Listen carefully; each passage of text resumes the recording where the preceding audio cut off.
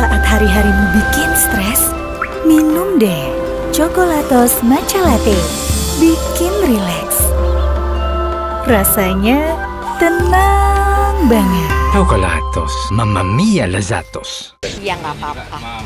Ya yang jelas orang tua pasti akan ngebelain anaknya ya. Tapi aku juga nggak mau komen di situ karena aku juga belum lihat apa yang orang tuanya bicarakan. Ini karena aku juga lagi banyak kerjaan lagi.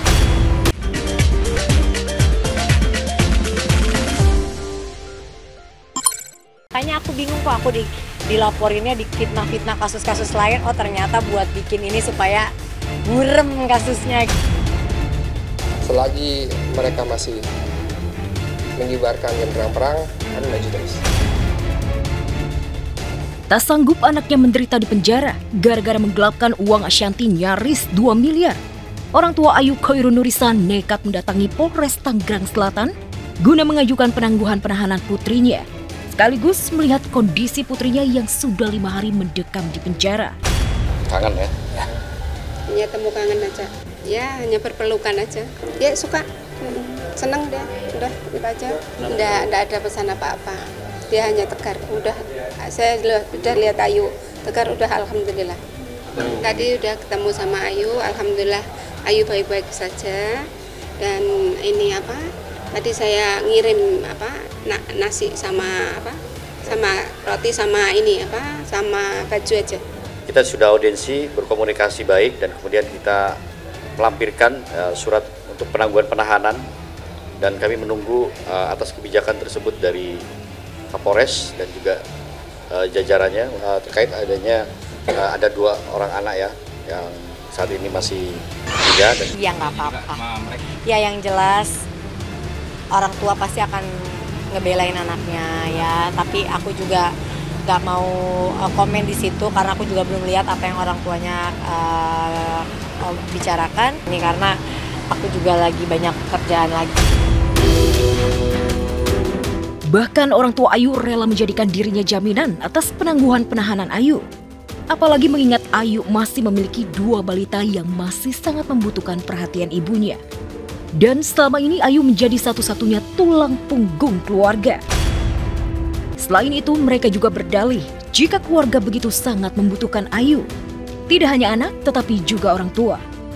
Mungkinkah alasan ini membuat Ashanti melunak? Ya sedih ya Mas ya, tapi kan tetap tegar kita. Ayu ini orang kalau saya lihat dari backgroundnya itu orang biasa-biasa aja. Saya lihat dari ibunya, bapaknya, bahkan ibu bapaknya datang ke Jakarta ini pinjam dulu uang untuk naik kereta. Masalah Ayu, kata orang tuanya Ayu dimanfaatkan suaminya, yaitu biar menjadi urusan keluarga mereka. Tapi sepertinya kasus ini sulit mereda. Pasalnya pihak Ayu seolah belum ikhlas dengan takdir yang ada. Meskipun sudah berada di balik jeruji besi, pihak Ayu justru ngotot melawan Ashanti dengan tetap melanjutkan dan mengawal laporan-laporan sebelumnya yang telah dibuat terhadap pihak Ashanti di Polres Metro Jakarta Selatan. Bahkan mereka menginginkan agar Ashanti juga merasakan kepahitan yang dialami oleh Ayu saat ini. Terkait laporan-laporan Ayu di beberapa tempat kita akan selesaikan sampai selesai. Apa yang Ayu rasakan sekarang kemungkinan besar jika kami bisa membuktikan dan kami bisa memperjuangkan hak hukumnya Ayu berdasarkan bukti dan saksi yang ada, itu akan melekat ke pihak lawan. Kuasa hukumnya banyak, bagus-bagus ya, tapi tidak punya hati nurani. Lebih ke harus memenjarakan orang, makanya supaya jadi harus fitnah ini itu supaya laporannya dicabut. Yang sampai kuasa hukum aku bilang ini nggak udah ngaco, Bun. Siapa orang manusia yang kalau ada orang mengetuk pintunya dengan baik, mau menyelesaikan dengan baik, tidak mau. Kalau manusia yang punya akal dan hati nurani, insya Allah mau. Perkara pidana yang dijalani Ayu harus dihentikan dulu karena ada sifatnya gugatan keperdataan gitu. Jadi mohon dipahami bukan mengaburkan perkaranya Ayu karena masih ada perkara perdata yang sedang berjalan. Aku bersyukur punya kuasa hukum yang luar biasa bijaksana menanggapi kasus ini dan semua harus on the track, nggak boleh ngomong sesuatu yang ngasal. Saya ucapin terima kasih udah perhatian sama saya, niat membawa ke rumah sakit.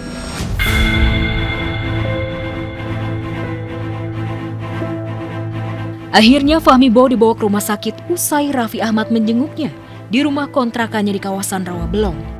Ya, siang kemarin Raffi mendadak mendatangi Fahmi yang hanya bisa terkapar di tempat tidur kamar kosnya. Tak tega melihat kondisi Fahmi yang begitu memprihatinkan, suami Nagita Slavina itu langsung gercep menginstruksikan anak buahnya itu untuk membawa Fahmi berobat ke rumah sakit. Dan inilah detik-detik Fahmi Bo dibawa dengan ambulans menuju rumah sakit.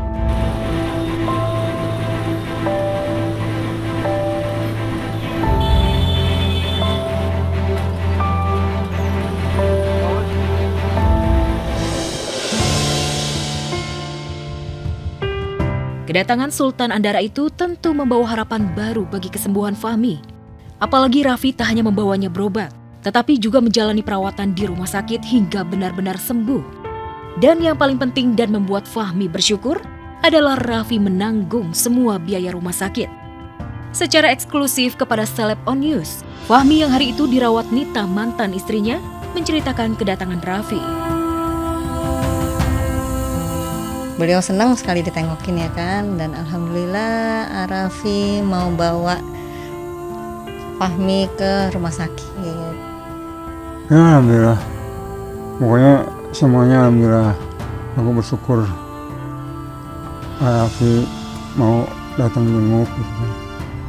Apalagi dia ada niat mau bawa aku ke rumah sakit hari ini, malam ini. Ya, masalah biaya katanya nggak usah dipikirin gitu. Ya itu bersyukur banget kan, nggak usah dipikirin masalah apa-apa. Kalau sehat aja pikirin dan sehat. Selama menjenguk ayah 3 anak itu, sempat menelpon mama mertua Rita Amelia yang ternyata pernah syuting bareng Fahmi. Raffi juga membawa beberapa barang yang dibutuhkan Fahmi, seperti tisu, diapers, dan susu. Terus kebetulan juga kan Fahmi ini temen sama, pernah syuting bareng sama mertuanya ya, mama mertuanya, Mama Rita. Lagi sakit, dulu kita pernah main lebar. Salut banget ya pemirsa dengan kebaikan yang tulus dari Raffi Ahmad. Bahkan juga gerak cepat, peduli sama yang membutuhkan. Tidak tega untuk melihat kondisi Fahmi Bo yang semakin drop pemirsa. Dan juga hanya bisa meratapi sakitnya sebatang kara di kamar kos-kosan yang sempit. Raffi yang datang menjenguk auto bawa Fahmi ke rumah sakit. Bahkan juga Raffi siap mengcover semua biaya pengobatan Fahmi Bo sampai sembuh. Semoga ini bisa menjadi titik awal yang baik agar Fahmi juga semangat kembali pulih. Dan tentunya mudah-mudahan kepedulian dari Raffi bisa menginspirasi banyak pihak untuk gerak cepat membantu sesama yang membutuhkan tanpa menimbang-nimbang, bahkan tanpa takut kehilangan asetnya. Mungkin bisa nggak ya sama seperti yang satu ini pemirsa, Sandra Dewi mendadak cabut gugatan keberatan penyitaan asetnya. Gak jadi balik dong hartanya yang diklaim hasil kerja kerasnya dan bukan hasil korupsi suami. Kabar selengkapnya sesaat lagi pemirsa, stay tune on Seleb On News.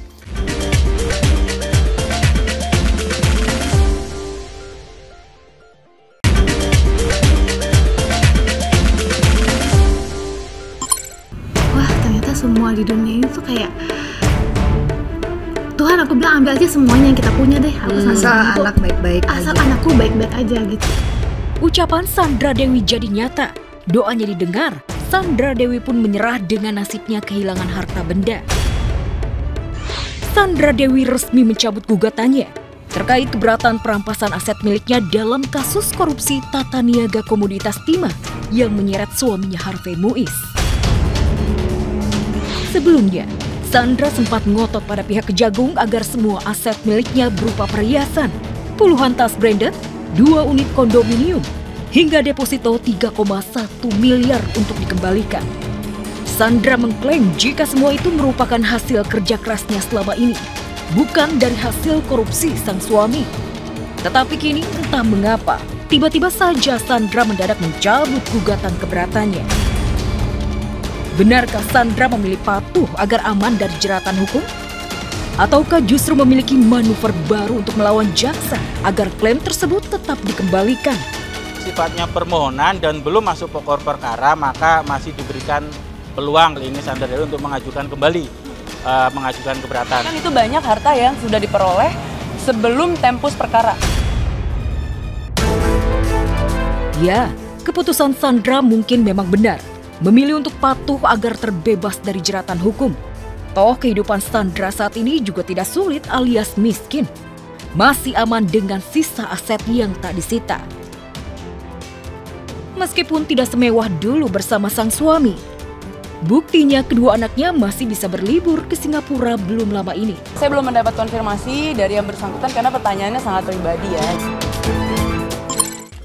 Bagi pemirsa yang mungkin bingung, aku juga dibikin bingung pemirsa. Karena kan kita tahu ya, sempat ngotot banget minta hartanya yang disita negara dikembalikan. Ujung-ujungnya Sandra Dewi tarik balik gugatannya. Nah loh, apakah malu ketahuan kalau Sandra Dewi pakai rekening asisten untuk menampung uang Harvey Mois suaminya? Atau udah pasrah nggak bisa berkutik melawan bukti-bukti jaksa yang mengungkapkan Sandra Dewi terima aliran dana dari suami yang korupsi?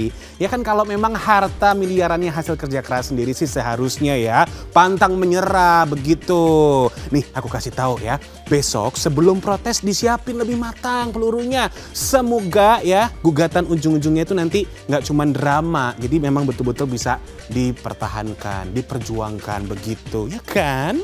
Alright pemirsa, terus saksikan Seleb On News ya hari Senin sampai Jumat jam 9.30 waktu Indonesia Barat hanya di MNC TV, rumahnya Seleb. Saya James Purba pamit. Have a good day pemirsa. Bye-bye.